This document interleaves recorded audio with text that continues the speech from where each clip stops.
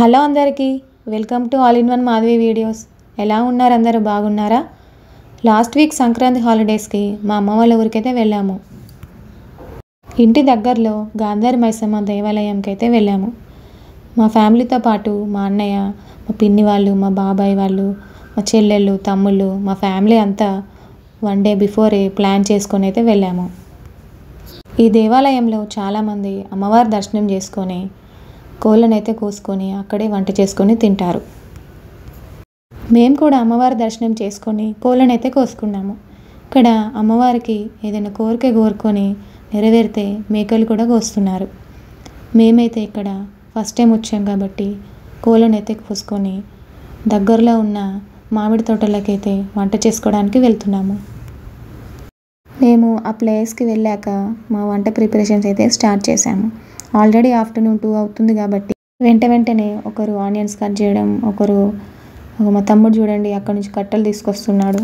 మేము వచ్చేటప్పుడే గ్యాస్ తీసుకొచ్చుకున్నాం, కానీ కట్టెల పొయ్యి మీద వండితే ఆ టేస్ట్ బాగుంటుందని బాబాయ్ అయితే అన్నాడని ఇలా స్టార్ట్ చేసాము. స్పీడ్గా వంట అయితే స్టార్ట్ చేసాము. ఇలా మా ఫ్యామిలీ అంతా ఒకే చోట కలుసుకొని బయట వంట చేసుకొని తింటుంటే మాకు చిన్నప్పటి జ్ఞాపకాలు అయితే గుర్తొచ్చాయి. మీరు కూడా ఇలా ఎప్పుడైనా బయటకు వెళ్ళి వంట చేసుకొని తిన్నారా? అయితే కామెంట్ చేయండి.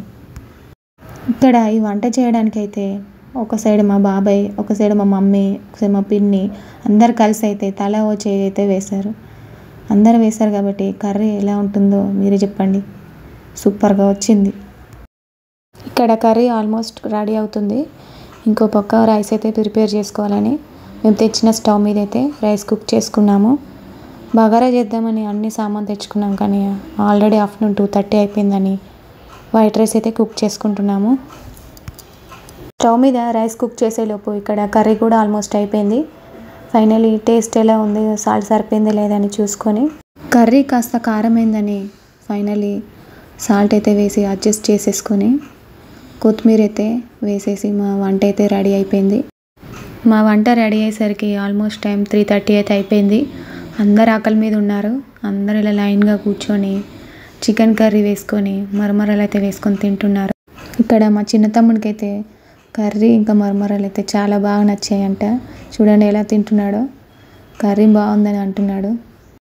మా తమ్ముడు, మా బాబాయ్, మా అన్నయ్య, బ్లూ షర్ట్ వేసుకుని మా వారు, ఇంకో తమ్ముడు, మా ఇద్దరు బాబాయిలు, ఇంకా లాస్ట్లో మా చెల్లి వాళ్ళ వారు అందరం ఇలా కూర్చొని తింటుంటే నాకైతే చాలా సంతోషంగా అనిపించింది. చాలా రోజుల తర్వాత, అది కూడా పండగ రోజు మా ఫ్యామిలీ అంతా కలుసుకొని ఇలా బయటకు వచ్చి వంట చేసుకొని తింటుంటే నాకైతే చాలా సంతోషంగా అనిపించింది. మేమంతా కలిసి తినేసి ఇంకా ఇంటికైతే స్టార్ట్ అయ్యాము. అప్పటికే టైం 5 అయిపోయింది. ఇక్కడ నేను వీడియో తీస్తున్నానని అందరు బాయ్ చెప్తున్నారు. ఇంకా మిగిలిన సామాన్ ఏమైనా ఉందా అని మా బాబాయ్ అయితే చూసి అన్నీ రెడీ చేసేసుకొని ఇంకా స్టార్ట్ అవుతున్నాము. ఇక్కడ మా చిన్న తమ్ముడు చూడండి మా పిన్ని ఎలా ఏడిపిస్తున్నాడు.